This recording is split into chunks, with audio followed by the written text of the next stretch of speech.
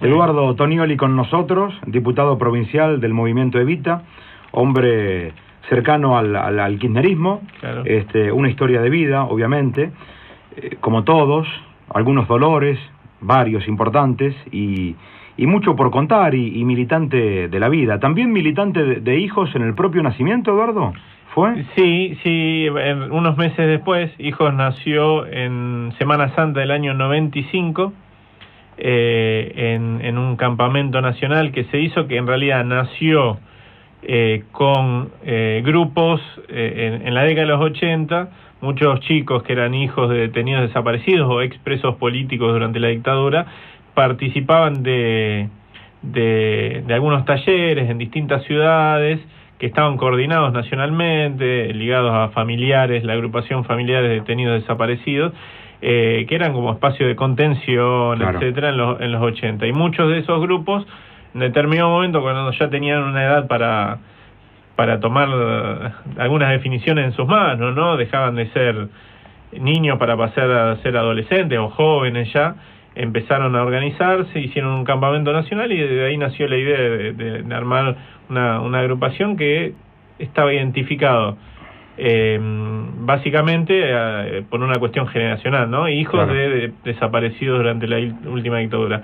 Nació en Semana Santa, acá en Rosario, el grupo que después que lo armó, que fue a ese campamento que lo armó, tenía que ver con uno de estos talleres que había, y lo siguió sosteniendo. Bueno, me invitaron varias veces, yo en ese momento, en realidad, iba al Politécnico, iba al secundario, quinto año, militaba en el secundario, en el centro de estudiantes, como muchos jóvenes participaba.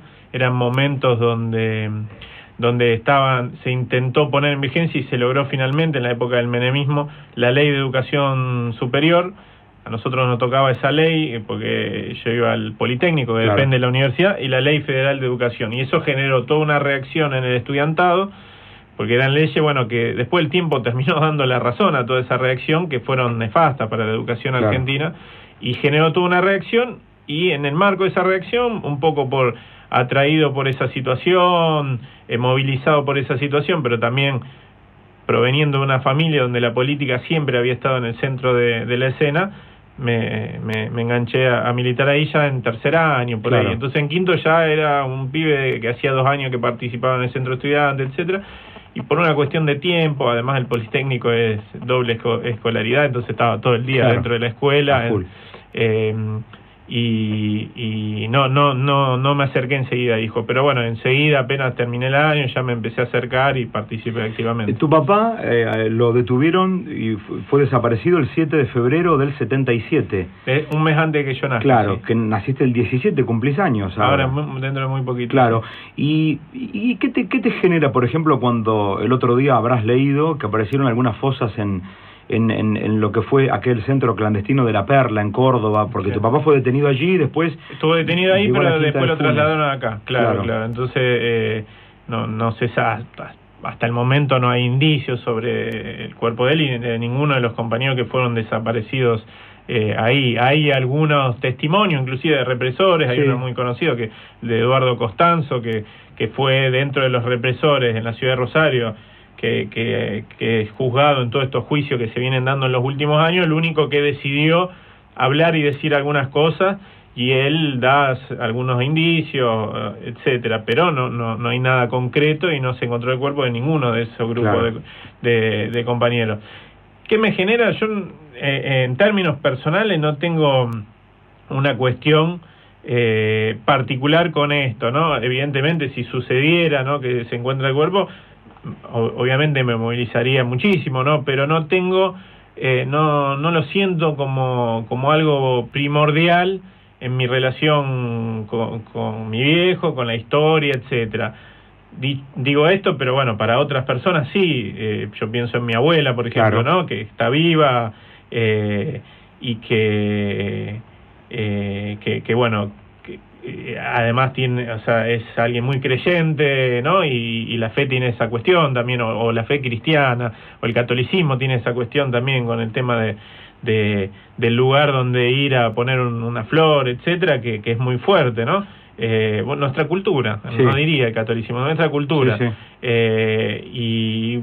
si bien uno personalmente por eso no tiene no adquiere una centralidad, para otros sí, y es un objetivo claro de muchísimos familiares desaparecidos, poder tener la oportunidad de encontrar el cuerpo de sus familiares. Claro, con tu mamá salieron a Brasil y desde allí a Francia. ¿En París viviste?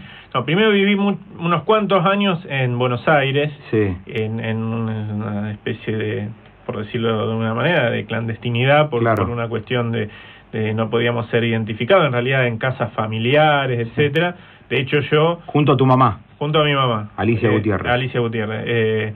De hecho yo fui anotado con el apellido materno, porque en el momento que desaparece mi papá, en febrero del 77, mi mamá estaba embarazada de 8 meses, se tuvo que ir a las sierras, ellos estaban viviendo en Córdoba capital, se tuvo que ir a las sierras, se escapó a las sierras. Ellos participaban en Montoneros. Exactamente, en la Juventud Peronista primero, en el caso de mi papá había sido dirigente de la UES, de la Unión de Estudiantes Secundarios, de toda la Regional 2, que es provincia de Santa Fe, Entre Ríos. La hermana de Tornapolsky, que fue presidenta, también desaparece con 15 años. Bueno, claro, de la UES, ¿no? De la UES hay muchísimos jóvenes en todo el país. Bueno, los chicos de la Noche de los Lápices eran todos militantes de la UES, salvo uno de los que sobrevivió, que militaba en la Juventud Guevarista en ese momento, que es Pablo...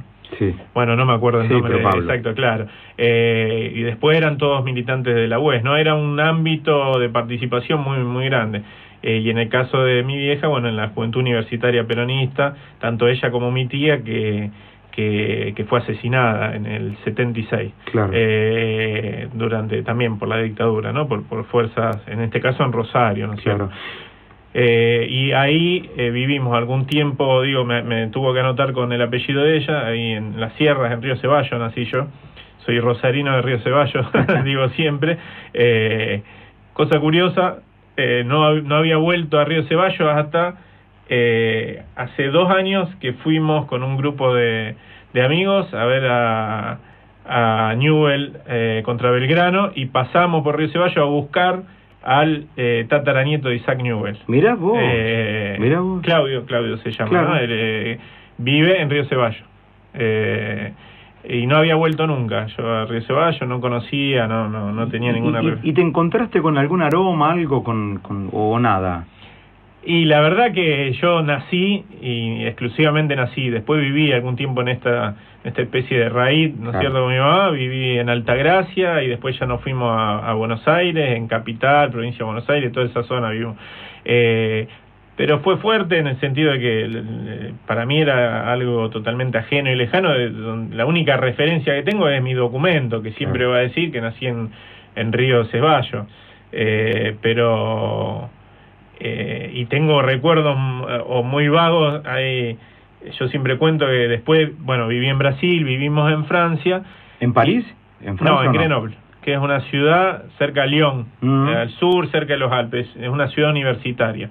Su característica principal es la universidad, tiene como así como Lyon es industrial, Grenoble es del conocimiento, la universidad, etcétera, y a los Alpes, ¿no? Y siempre me acuerdo esta referencia a Río Ceballos y sobre todo de Córdoba, porque en Francia hay una característica, volviendo al fútbol, que es algo en mí también muy presente, que en general la persona, los hinchas de fútbol o alguien que es simpatizante de un equipo es simpatizante del equipo de su ciudad, y en general hay un equipo por ciudad, ¿no? Tiene esa característica, a diferencia de acá que siempre hay 2, 3, etcétera. Hay un equipo por ciudad, y entonces mi duda, vivíamos entre argentinos, era, bueno, yo nací yo era de Newell porque mi abuelo me fue, cuando fue a la sierra... ¿Tu abuelo Fidel? Fidel, mi abuelo Fidel era... ¿El papá de tu papá? El papá de mi papá, nos fue a ayudar en esa situación complicada, y me fue a conocer a la sierra cuando ya había nacido, y buscó por toda la sierra una camiseta de Newell y una pelota que tuve hasta los 15 años, Y la camiseta en realidad no encontró ninguna, encontró una con los colores invertidos que era de Colón, claro. ¿cierto? En ese momento que tenían, después Colón, no sé, creo que cambió, pero eran los colores invertidos. Y yo recién me di cuenta muchísimos años después cuando volvimos acá que en realidad los colores estaban... Claro, no había internet, no había toda esa cosa que uno podía seguir. Yo era de Newell, pues me habían hecho, pero después la pregunta era, bueno, ¿cuál es el de la ciudad donde nací? Claro. Mi mamá mucho de fútbol no sabe, es de Central aparte, y me decía, el único que conocía era Talleres, entonces bueno, yo decía era de Newell y Talleres porque es la ciudad de claro. donde era yo, que era Córdoba, claro. Ahí cerquita por lo menos, pero no, mucha más referencia de Río Ceballos nunca tuve, volví para eso nomás. ¿Y en Francia comprendiste tu historia de vida? ¿Allí lo empezaste a comprender? ¿Volviste en el 85, volvieron? Diciembre del 85 volvimos, o sea que viví del 81 al 4 años viví. Claro. Y sí, no recuerdo el momento exacto, pero vivía en una comunidad de alguna manera, bueno, en mi casa con mi mamá, pero en relaciones constantes, en un ámbito comunitario con argentinos, algunos uruguayos, chilenos, es decir, todos exiliados de las dictaduras claro. latinoamericanas. Te pregunto, si es que lo recordás, y te lo pregunto porque hace poquito, buscando un material, me cruzo con el Sabalero Carvajal, un músico que murió hace poco, sí. Y que él contaba que en los meetings políticos que se juntaban en París o en Madrid, siempre se cantaba mucho la protesta y todo eso, y él dijo un día... Yo estoy un poco cansado de esto, vamos a hacer algo distinto, por lo menos como para aflojarnos un poco. ¿Notabas que había, más allá del dolor obviamente, que estaba muy comprimido todo o se vivía con naturalidad y con felicidades también? Mira, cuando sos pibe viví todo con felicidad, digo, claro. no, yo lo que sí tengo el registro es... lo de la vuelta, es decir, nadie pensaba en que se iba a quedar, era todo, bueno, ahora dentro de un tiempo, ahora que nos volvemos, claro. Y que la Argentina, era como una especie de obsesión por la vuelta, ¿no? Que creo que debe ser propio de cualquier exiliado, claro. Por razones políticas o por razones económicas seguramente, ¿no? O por lo menos ese era el espíritu que uno vivía, y después vivía, sobre todo las visitas de algún familiar o eventualmente de algún famoso, entre comillas, como puede ser algún representante de la cultura, algo así, claro. Con mucha intensidad, ¿no es cierto? Las cuestiones familiares, me recuerdo por ahí, cuando llevaban, qué sé yo, determinada leche condensada para hacer dulce de leche, claro. ¿No es cierto? O dulce de leche traían, digo, cosas que pueden parecer una pavada, pero que cotidianamente eran muy llamativas, ¿no? Y después celebridades, no sé, yo me acuerdo de Santos Laciar, sí, Santo Benigno Laciar. ¿El boxeador cordobés? Peleó en Grenoble. Ah, mirá. Y fuimos todos... ¿Por el título? Por el título, claro. Creo, sí. Yo no me voy a poner a buscarlo después porque la fecha debe haber sido 84, 85, ¿no? Fue a pelear y tengo una foto por ahí dando vuelta que estoy con él. Lo gracioso es que tiene casi el mismo tamaño que yo, en la foto era muy chiquitito. Claro, es muy chiquito. Y él se quedó en esa altura, Santos Benigno. Claro, ¿Vos creciste? Claro, pero yo era un chico de que tendría 6, 7 años y, claro. Y no era mucho más alto que yo. Sí, muy chiquito. Sería Mini Mosca, no sé. Claro, sí, Mosca. Perdió el título con Román, con un mexicano acá. Santos Benigno Laciar. Sí, claro. Me acuerdo, por ahí tengo una foto dando vuelta con Cordobés, creo que era, ¿no? Sí, Cordobés. A ver, estoy poniendo Laciar en Grenoble, que se escribe Grenoble. G-R-E, Grenoble. Grenoble. Sí. Algo vamos a encontrar, seguramente. Recuerdo eso, ¿no? Esas visitas, recuerdo, bueno, y sobre todo la idea de, bueno, hay que volver, vamos a volver, algo, como que era algo circunstancial, y nosotros, todos los argentinos y los chicos, si bien éramos los primeros que aprendíamos a hablar en francés, porque una característica de los chicos, nos llevaban al supermercado los primeros meses, porque enseguida, cuando solo tenés 4 años, 5 años, naturalmente incorporás el idioma, ¿no? Claro. Es muy, muy rápido. Además habíamos vivido un año en Brasil, o sea que imagínate el portugués mezclado con el castellano, enseguida lo entendés, el francés y el catalán, todos esos idiomas son de la misma raíz y enseguida lo comprendés.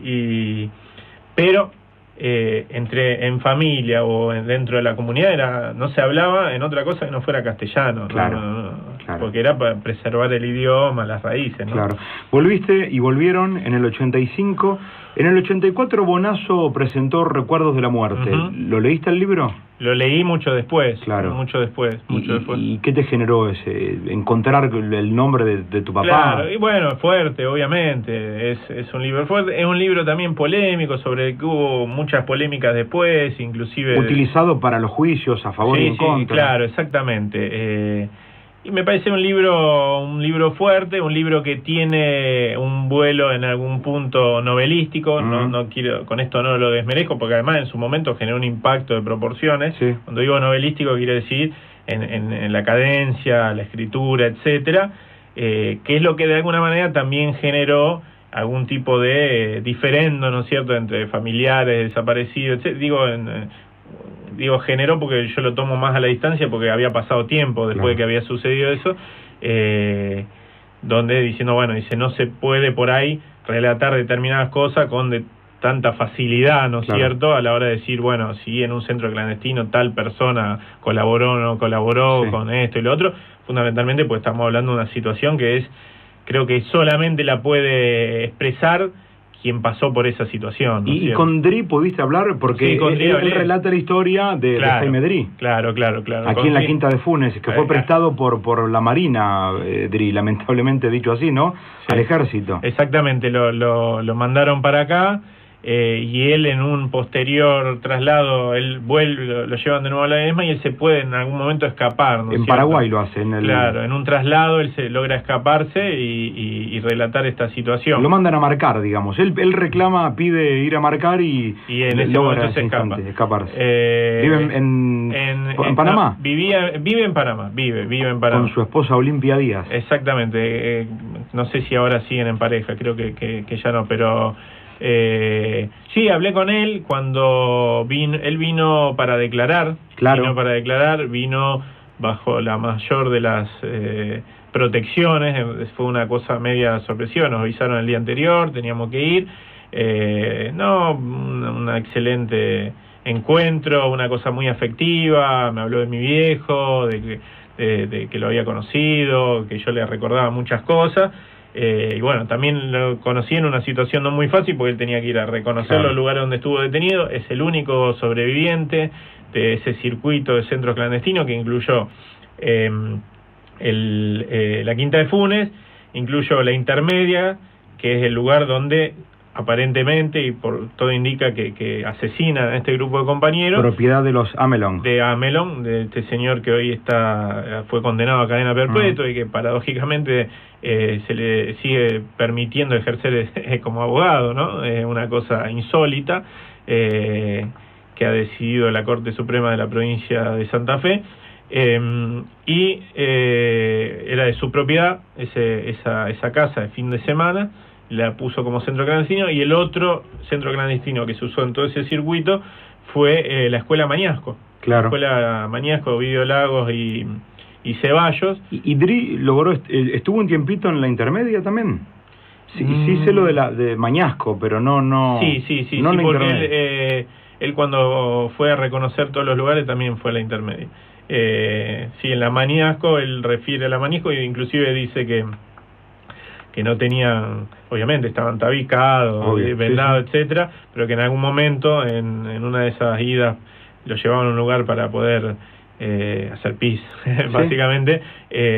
Había como un huequito, y él no era rosarino, así que no tenía idea de dónde estaba, y el que le refiere, viendo dónde estaban y viendo el cartel de la esquina, o viendo la esquina, reconociendo la esquina, que se da cuenta que era la Escuela Mañasco, era mi viejo, que le dice... Este lugar de la Escuela Mañasco, y ahí le refiere que ellos tenían señalado al director como un colaborador de la dictadura, alguien que venía de la CNU, que era la Concentración Nacional Universitaria, un grupo de ultraderecha que había actuado sobre todo ligado a la AAA, a la represión, ¿no es cierto?, cercano a la época de la dictadura, el periodo anterior. Este director estaba identificado con ese grupo y ellos lo tenían como alguien que colaboraba con la dictadura, y ahí confirmaron esa situación, ¿no? Y te puedo preguntar qué fue lo primero que quisiste saber de tu papá con Jaime Dri, ¿o no? Es que no le pregunté nada yo, o sea, él se largó a hablar, ¿no? Claro. Él se largó a hablar y me planteó que le tenía un gran aprecio, reconocimiento, etcétera. Pero la verdad que no fui con el espíritu de preguntarle algo en particular. Naciste en el 77, hijo de la dictadura, hijo del dolor de la dictadura.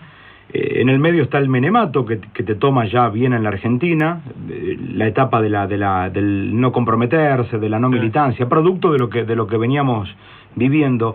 Y más allá de tu pasado político, de tu tiempo, de tus marcas, ¿qué es lo que te lleva a militar fuertemente, escapándole si se quiere, al compromiso natural, para decir, bueno, yo quiero cambiar las cosas desde un humilde lugar de poder? ¿Qué es lo que te convierte en un político?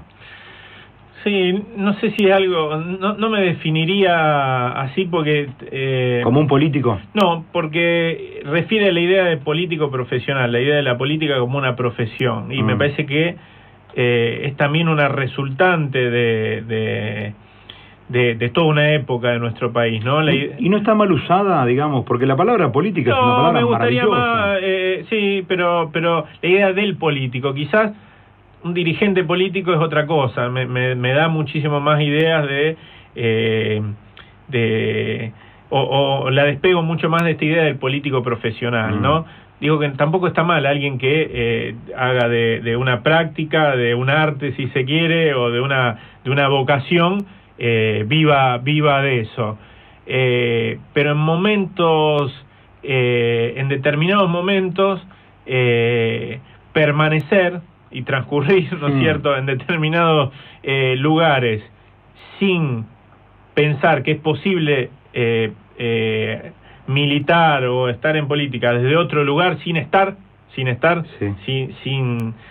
ser parte de la política institucional. Y digo, lo pienso mucho, eso está muy marcado lo que digo, y yo estoy muy marcado también del momento que me empiezo a comprometer y a militar políticamente, que es en la década de los 90, en el secundario, en la militancia, etcétera, donde uno, por historia, por tradición familiar, por lecturas también, porque es algo también que me empujó también la militancia, la biblioteca familiar, ir, buscar, querer conocer sobre la propia historia. Claro. ¿Qué autor te impactó de ese tiempo que te llevó? Yo tenía la costumbre de agarrar los libros de la biblioteca familiar, ir y buscar los libros. Y ¿Cook estaba ahí?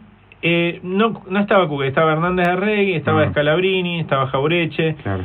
Yo, en realidad, el primer libro que agarro, que tiene que ver con la política, yo tenía 9, 10 años, y hay un libro que se llama de Gillespie, un autor inglés, que se llama Montonero, Soldado de Perón, y por una cuestión de el hombre que vincula a Firmenich como doble agente del batallón 601. Sí, pero en realidad en ese texto no recuerdo, me acuerdo haberlo leído de muy jóvenes, claro. No en ese momento, pero yo lo abría, miraba los cuadros, las fotos, era como que intentaba entender algo de nuestra historia reciente y una historia familiar, tan ligada a la historia familiar.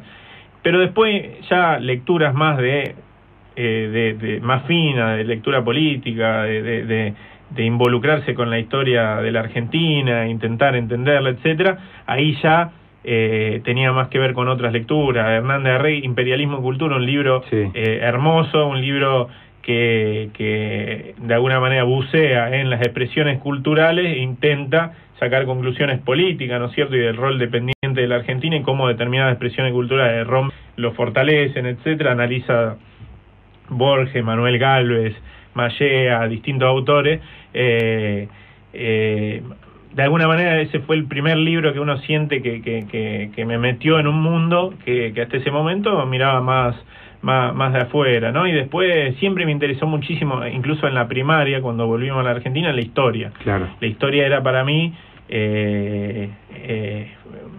la materia que a mí me apasionaba, ¿no? Y iba con algún librito, llevaba algo, me gustaba también provocar alrededor de eso, ir...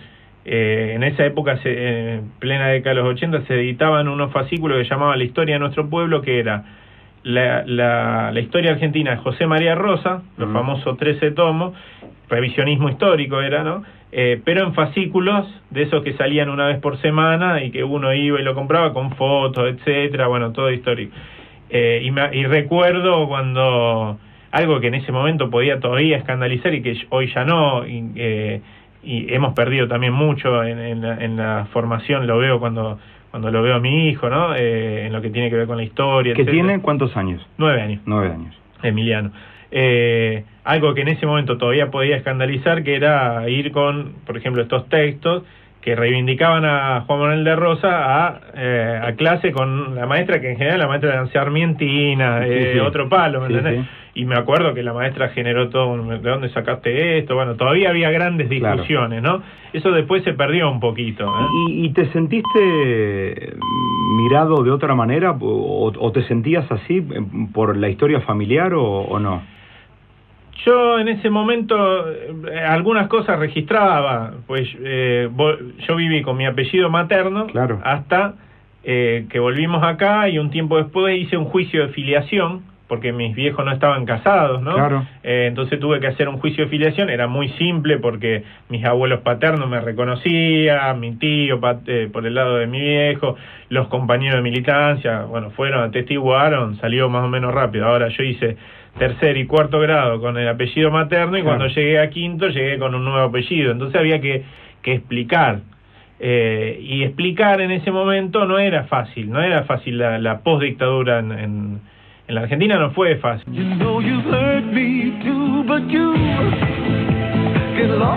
Va todo. Estamos con Eduardo, obviamente, hablando mucho de fútbol, ¿no? ¿Vas a la cancha hoy? Voy a la cancha. ¿Vas con tu hijo Emiliano? Voy con mi hijo, sí, siempre. Que es de Central, fanático, me dijeron, ¿no? No le digas eso, que te viene acá a buscar. ¿Sí? Es un veneno. ¿Sí? Juega en Malvinas, entonces tiene esa cosa de que está ahí, vive mucho el fútbol, con sus compañeritos, conmigo, ataja en Malvinas. ¿Y se respira en Malvinas esto de que Messi pasó por ahí, o los chicos no ¿lo venden bien en News eso o no? Sí. Yo creo que está bueno que lo hagan. No, no solo Messi, sino Maxi, todos los que pasaron ahí como una cosa, y además hay mucha lealtad del ex jugador de Newell's con el club, ¿no? Entonces eso se vive, se nota, empezando por los que han vuelto, y pasando por los que colaboran económicamente o mandan una camiseta para sortear o son pequeños gestos que hacen que recuerden mucho, ¿no? Lamentablemente hubo toda una etapa de la historia del club que ahí eso tambaleó un poco, ¿no? Y desde tu militancia, desde tu compromiso, desde la rebeldía por cambiar las cosas, ¿cómo te llevaste con la etapa López? Y bueno, yo por ejemplo dejé de ser socio por la misma razón que muchos, porque dejaron de ir a cobrar, el famoso cobrador, ¿no? Claro. Iba a cobrar. Eso era para que no voten después, ¿no? Claro, exactamente. Algunos socios caracterizados, ¿cómo se dice? Generalmente iban con escribano. Yo me acuerdo, los que eran generalmente potenciales candidatos, Rafael Bielsa, recuerdo verlo yendo con eso fue público, ¿no? Con un escribano a poder pagar. Y así... Bueno, el último robo fue el día anterior a las elecciones, ¿no? Claro, que había que pagar toda esa cuota. La llevaron derechita ¿para dónde? Para algún lado, una casa. Sí, no sé. Y una plata importante, para que puedan votar todos, más de 300.000 pesos. Sí, fue algo, la verdad, que yo no pude votar porque ya no era socio, me volví a hacer una vez que se abrió el reempadronamiento, ¿no? Lo viví sobre todo en la última etapa comprometido, no en la primera línea, porque por tiempo, por un montón de cosas, pero colaborando mucho en lo que podía, participando de algunas de las marchas, ¿no es cierto?, las famosas marchas de Moreno y Córdoba, no en todas, pero en la que uno podía, y después colaborando. Yo en ese momento colaboraba con el Chino Rosúa y con María Eugenia Belsa, que tenían un blog en el Consejo. Bueno, el Chino es compañero nuestro del Movimiento Evita, y colaboramos llevando adelante algunas iniciativas que en realidad surgían de propuestas de la oposición. Iba todos los días, me acuerdo, al Consejo del Tiki Martínez con una carpeta bajo el brazo, y decía, bueno, otra vez, un amigo, ¿no? Pero digo, otra vez este pesado que venía con, vamos, hay que hacer esto, lo otro, y bueno, la vida de una ciudad y de un consejo no es solo, una de las instituciones más importantes de Rosario, pero pasan muchísimas cosas más. Pero de ahí surgieron algunas cosas interesantes que fueron un aporte a eso. Por ejemplo, se declaró sitio histórico municipal el lugar donde nació el club, en realidad el lugar donde nació la escuela, claro, que creó Isaac Newell, que es donde hoy está el Nacional allá de calle Entre Ríos, ¿no? Claro. Ahí se declaró sitio histórico municipal porque fue el lugar donde nació toda esta historia. Se hicieron algunas cosas, algunos repudios a situaciones de golpiza, cuando López mandaba la barra, etcétera. Fue una etapa de mucha pelea donde obviamente uno no se arroga nada, sino que acompañó desde atrás, pero donde hubo muchísima gente, muchísimos pibes sobre todo, que pusieron el cuerpo para poder lograr algo tan simple como que Newell se pueda votar, pueda haber una vida institucional como la de cualquier club, ¿no? Claro. Volviendo al bloque pasado, ¿sos de revisar lo que intentaron tus viejos y tantos en aquel tiempo con un espíritu crítico y decir en esto se equivocaron, en aquello no? Digo, vos representás al movimiento Evita y si se quiere, Montoneros creó esta idea del famoso cerco que lo cubrían a Perón, entre ellos Isabelita y López Rega, cuando Alicia Eguren, la esposa de Cook, ya muerto, dijo: el día que los salten a ese cerco se van a encontrar con el propio Perón, que los va a recibir a metrallazos. Uh-huh. ¿Sos de revisar ese tiempo, más allá de que obviamente naciste hasta después, con espíritu crítico, viendo que por acá fueron y se equivocaron, por acá era el camino, que hubo soberbia, que hubo errores, que hubo virtudes, que el pueblo no, o que no pudieron leer lo que el pueblo obrero quería? Sí. Sí, claro. Además de revisarlo por una cuestión de pasión militante, bueno, estudié y me recibí, me dedico a ser docente en lo que tiene que ver con pensamiento argentino y latinoamericano. Soy doctor en ciencia política, hice la licenciatura y el doctorado, movilizado no necesariamente por pensarlo como una salida laboral, porque es muy difuso pensarlo, más en el momento que empecé a estudiar, empecé la facultad en el 96. Imagínate que si lo pensaba como una posibilidad de salida laboral, había salido del Poli, quizá era más viable pensar estudiar ingeniería, que tampoco era una gran, en ese momento, salida laboral, en momentos de desindustrialización, etcétera. Sin embargo, bueno, después, con toda la reindustrialización que vino, todos los que estudiaron conmigo en el Politécnico hoy son ingenieros, y algunos sin recibirse tienen muchísimo trabajo, ¿no? Uh-huh. Una cosa, yo a veces me río porque está esta idea de, vos que sos político, lo que te llevaba, que esto y lo otro, y son todos mis amigos que estudiaban en el Politécnico, son todos tipos que son ingenieros, que laburan en grandes empresas multinacionales con sueldos inimaginables, ¿no? Claro. Bueno, Kirchner decía esto de primero hay que hacer guita para después hacer política. Claro, bueno, en mi caso no. ¿Con cuántos políticos te encontraste que llegaron al revés? Mirá, no sé, uno conoce de todo, hay más allá de lo que tenga o no tenga, obviamente, si es bien habido, ¿no es cierto? Obvio. Lo importante es qué expresan, qué es lo que expresan, y en última instancia qué intereses representan, ¿no es cierto?, determinado dirigente político. Suele suceder que cuando uno representa intereses de determinadas corporaciones, etcétera, es mucho más fácil que esté más cerca de enriquecerse ilegítimamente, ¿no? Porque en general se piensa mucho de la corrupción como aquel dirigente en cualquier ámbito, ¿no? De la política, en lo institucional, en un club que saca algo del Estado o de la institución donde está, pero muchas veces no se piensa que los lugares de decisión son lugares donde determinados actores tienen determinados intereses, y la corrupción también puede venir de ahí, del mundo privado, y es muchísimo más común eso, hay, ¿no?, un lobby, una rosca, una lobby, bueno, exactamente, algo que por ejemplo en Estados Unidos está legalizado y legitimado, que es la idea del lobby, y que acá no tanto, y es bueno que no esté legitimado, ¿no es cierto? Sí. Que no sea algo positivo, ¿no? En Estados Unidos está algo es aceptado.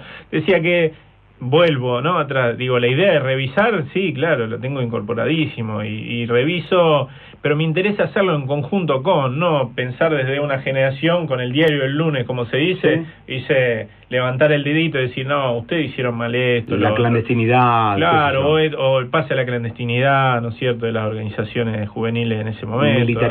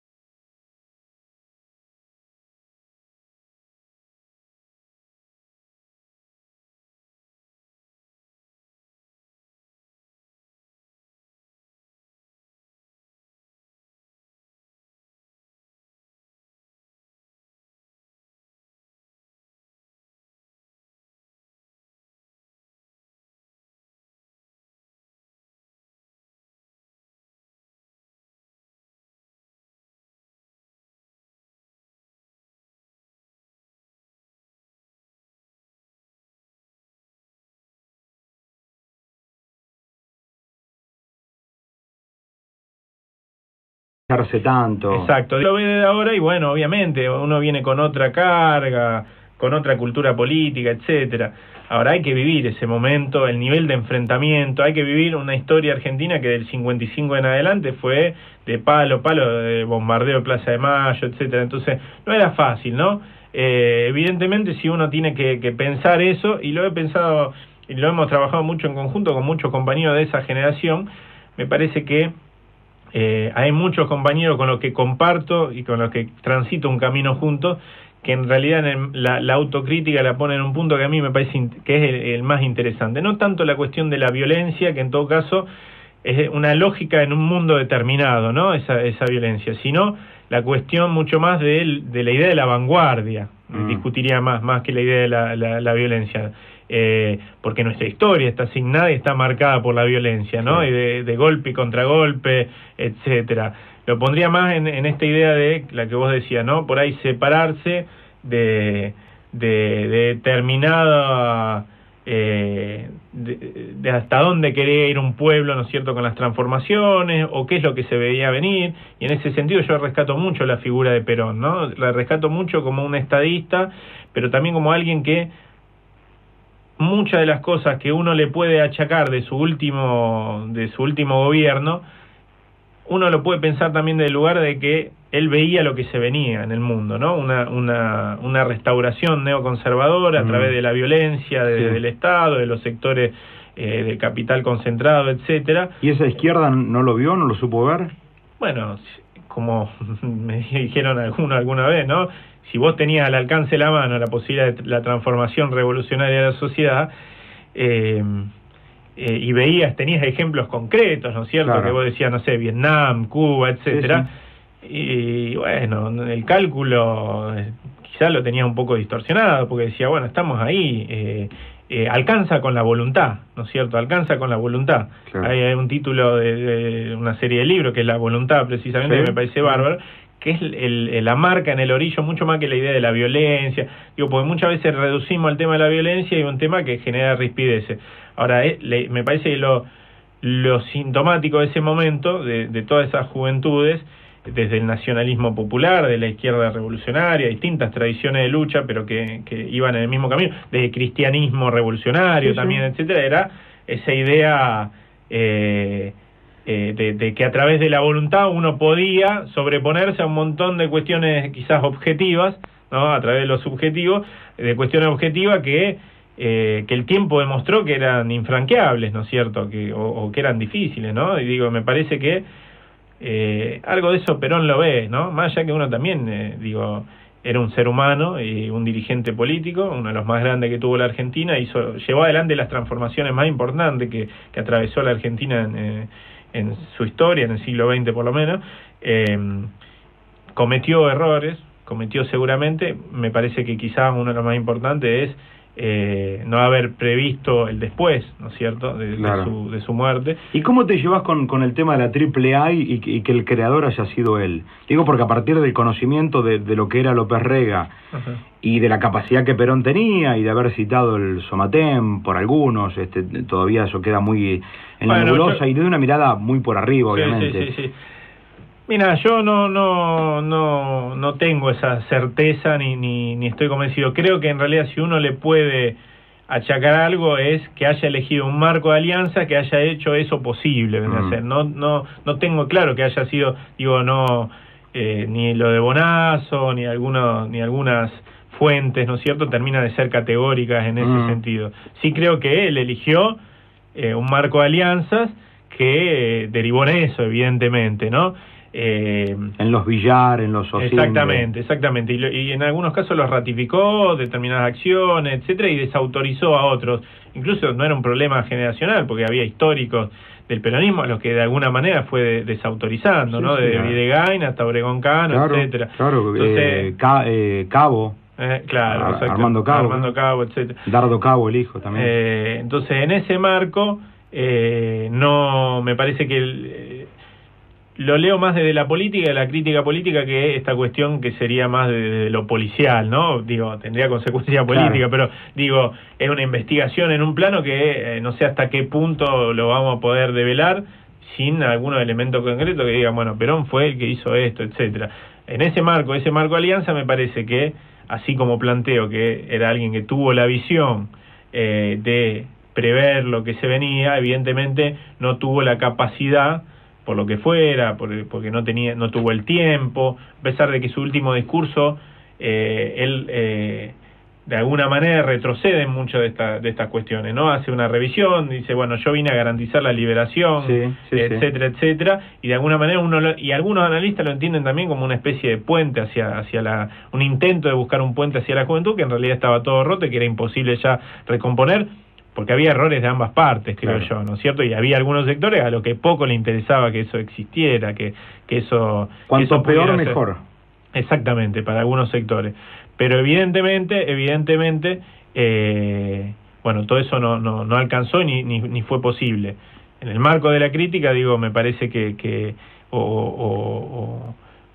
sí, el planteo crítico me parece que, bueno, uno podría decir, bueno, el marco alianza que eligió para esa última etapa es un marco alianza que uno cree que generó, que tuvo consecuencias sobre lo que vino después, evidentemente, ¿no? Un amigo compañero me dijo, mira, aprovechalo a Tognoli porque es un kirchnerista, pero que acepta que hay cosas que no están bien.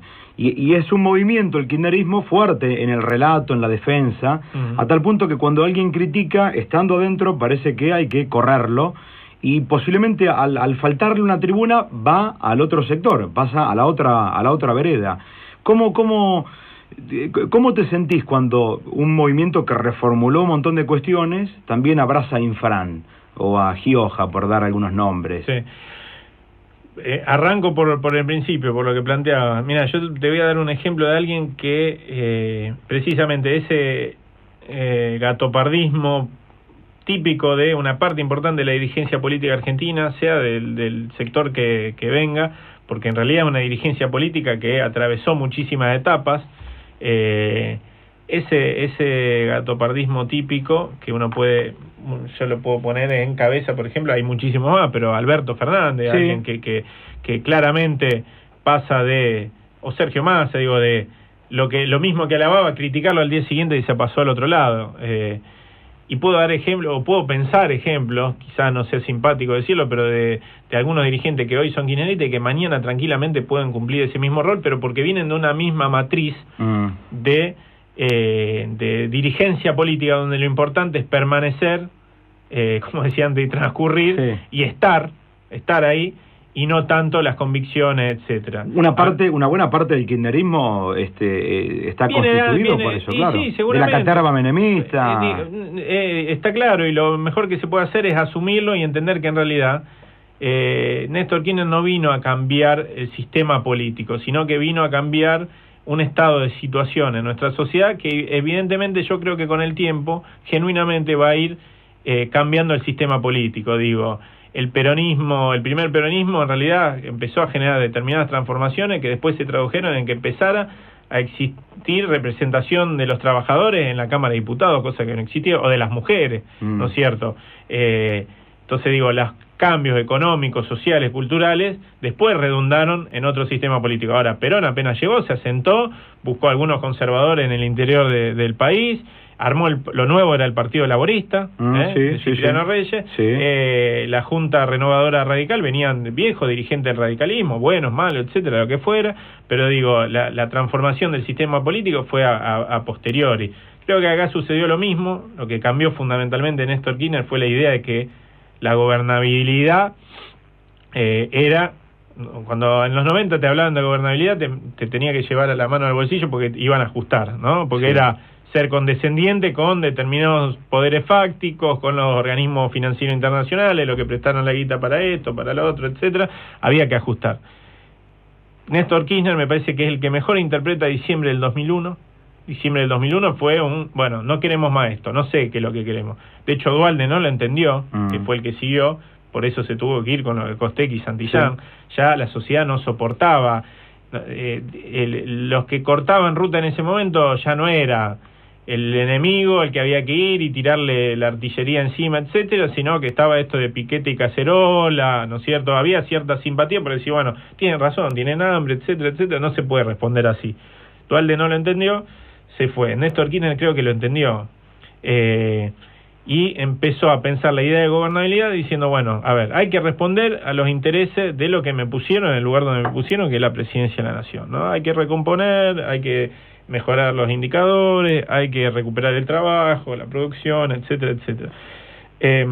También hubo una mirada lateral de transversalidad, que no sé si... Sí, en realidad lo que hubo es, en una sociedad fragmentada, en un sistema político fragmentado, deslegitimado totalmente, él recupera la autoridad presidencial, sobre todo. Y pone pero la no política... la del sistema político, no la de todo el sistema político, él recupera la autoridad presidencial. Por eso muchas veces cuando dicen, pero ¿cómo? Cristina o Kirchner saca tanto por ciento acá y no los que son los que lo representan. Bueno, porque hay un reconocimiento de determinada figura y de ahí para abajo son todos políticos. ¿Por qué? Por ejemplo, voy a decir algo que no puede no sonar simpático para los mismos dirigentes de nuestro espacio político. En el 2011 uno se cansaba de ir a Las Flores, La Granada, etcétera, hablar con los compañeros, con los vecinos. Bueno, los compañeros no, porque son compañeros que militan en un espacio, votaban toda la lista, ¿no? Pero que votaban. Muchos vecinos decían, bueno, yo voto a Cristina porque es la que nos dio esto, recuperó esto, la asignación por hijo, mi marido antes estaba desocupado, ahora tiene edad, y voto a Del Cel, te decían, porque estoy en contra de los políticos. Claro. Algo que puede parecer algo raro. Bueno, no es raro en la Argentina esta etapa porque pasamos la dictadura, pasamos el menemismo, la identidad política. Antes toda la familia votaba el radicalismo, toda la otra familia votaba el peronismo. Pero y esta idea de que Kirchner volvió a politizar, que volvió a poner a la política en el centro de la escena, y después, ¿por qué se vuelve tan paradójico de que en un corto tiempo la gente después lo castiga con Del Cel? Porque eligiendo Del Cel castiga la idea de la política, más allá de que la política ocupa un rol fuerte en la economía, por ejemplo, y eso se ha notado a favor. Sí, yo creo que se castiga. A ver, nosotros después del 2009 reflexionamos mucho, ¿no? Sobre todo lo que aparece como la derrota de kirchnerismo, que en realidad fue la derrota en Provincia de Buenos Aires, pero tiene su peso, obviamente, el 35% del padrón electoral, etcétera. ¿Por qué de Narváez, por ejemplo, había ganado el segundo cordón del conurbano, que es un lugar donde más de la zona donde más se habían beneficiado con el kirchnerismo, con trabajo, con obras? Uno ve el conurbano y es impresionante en muchos lugares cómo se ha llegado al 100% de las cloacas en algunos lugares, cosa 3 de febrero, por ejemplo, impensado, ¿no? Y dice, ¿cómo puede haber pasado esto? Y evidentemente determinados logros son incorporados, son de alguna manera, se paga, entre comillas, con el voto por eso logro, en el sentido de decir, bueno, a ver, vos hiciste esto, bárbaro, te acompaño. Y en determinado momento eso ya se dio por pagado, por decirlo de alguna manera, ¿no? Claro. En el sentido de, bueno, queremos más, y está bien. Y me parece que yo, por ejemplo, he estado en Venezuela, ¿no? 2 veces en todos estos años, en 2006 y el año pasado cuando fue la elección que gana Maduro, hace muy poquito, ¿no? Y a mí hay algo que me pareció muy loco, ¿no? De Venezuela, que era la sensación de el lugar en el que lo ponían a Chávez, los humildes de Venezuela, los trabajadores de Venezuela. La fractura es totalmente de clase allá, ¿no? Absolutamente. El lugar que lo ponían era de sectores que nunca habían conocido, por ejemplo, el Estado. La única manera que conocían era a través de la Fuerza Armada yendo a reprimir en el Caracazo, matando miles de personas. Ese era el Estado. O la Fuerza Armada o la policía. Allá, sobre todo la Fuerza Armada, porque allá está metida la Fuerza Armada en la seguridad, en esto y lo otro. No es como... Eran invisibles hasta el Caracazo y los palos. Ahora, la salud pública no existía antes de Chávez allá, no existía. Acá sí. La escuela pública no existía, el documento no existía. Bueno, eso es Perón y la clase media. Bueno, exactamente, eso es lo que iba. No habían pasado por una etapa parecido al peronismo, ¿no? Un país muy rico por el petróleo, muy rico, que había tenido gobiernos de centro derecha, de centro izquierda, etcétera, que en realidad de centro derecha y de centro izquierda para la sociedad acomodada, se pasaban la pelota con otro, era la socialdemocracia y el socialcristianismo, ¿no? Acción Democrática y COPEI. Que cuando no gobernaban vivían en Miami. Exactamente. Digo, era una fractura total. Digo, entonces, el piso del que partían era muy, muy bajo. Yo pensaba algunas cosas, digo, primero es otra cultura política, nada que ver. acá por mucho menos de lo que se hace allá, tanto la oposición como el oficialismo de allá, acá habría escándalos, etcétera, sí. Digo, con lo que tiene de bueno y de malo, ¿no? Es otra cultura, ¿no? Interesantísima. Sí. Pero además de eso, el piso del que surgían ellos era mucho más abajo. Acá, y está bien que así sea, y eso nunca se perdió, y me parece que parte de la recomposición argentina tiene que ver con eso. Siempre la vara está más alta. Acá no se concibe que no haya... El hospital público puede estar destruido. Ahora, no se concibe que cierren los hospitales públicos. Nadie, digo, cuando López Murphy intentó cerrar ¿Duró cuánto? Una semana duró, sí. ¿no es cierto? Y hubo reacción de la oposición política en ese momento y del mismo oficialismo, digo, y así el menemismo, aun cuando destruyó muchísimas empresas del Estado, no logró definitivamente consolidar la idea de que todo lo que haga el Estado está mal. Yo recuerdo antes del 2001 una reacción muy grande por aerolínea, hubo reacciones muy grandes que tenían que ver con la idea de que ¿cómo? El Estado se está desprendiendo de todo. Hubo marchas federales, hubo mucha resistencia a eso, y hubo sectores que sí, que dijeron, bueno, a ver, compraron el discurso que se instaló a partir de la dictadura de que achicar el Estado, de agrandar la nación y toda esa cosa, pero nunca terminó de consolidarse, y me parece que diciembre de 2001 fue la explosión de todo eso. Y repito, digo, la idea de que el reclamo aquí es algo que pende sobre la cabeza de los gobernantes siempre, y está bien que así sea, porque es la única manera de avanzar con una sociedad desmovilizada, fracturada, etcétera, y eso es lo mejor de estos 10 años, me parece, que es esta recomposición de la idea de que hay que ir mejorando, de que idea de que mi hijo tiene que estar mejor que yo, tiene que acceder a más posibilidades que yo, ¿no? La movilidad social ascendente, ¿no? Eduardo, te va a arrancar el partido, pero a nosotros también, porque a las 9 arrancamos la Trasmi. Gracias por la visita. Es al limón, es que salga lo que salga. De hecho, no hemos hablado nada de lo que en la actualidad haces, aunque hablamos en el fondo de todo lo que estás haciendo, a partir de que hablamos de política, ¿no? Y de esto que en el fondo es lo único que nos va a mejorar la existencia. Gracias por la visita. No, gracias a ustedes, la verdad que me sentí muy cómodo, muy lindo. Gracias por la invitación. Muy amable.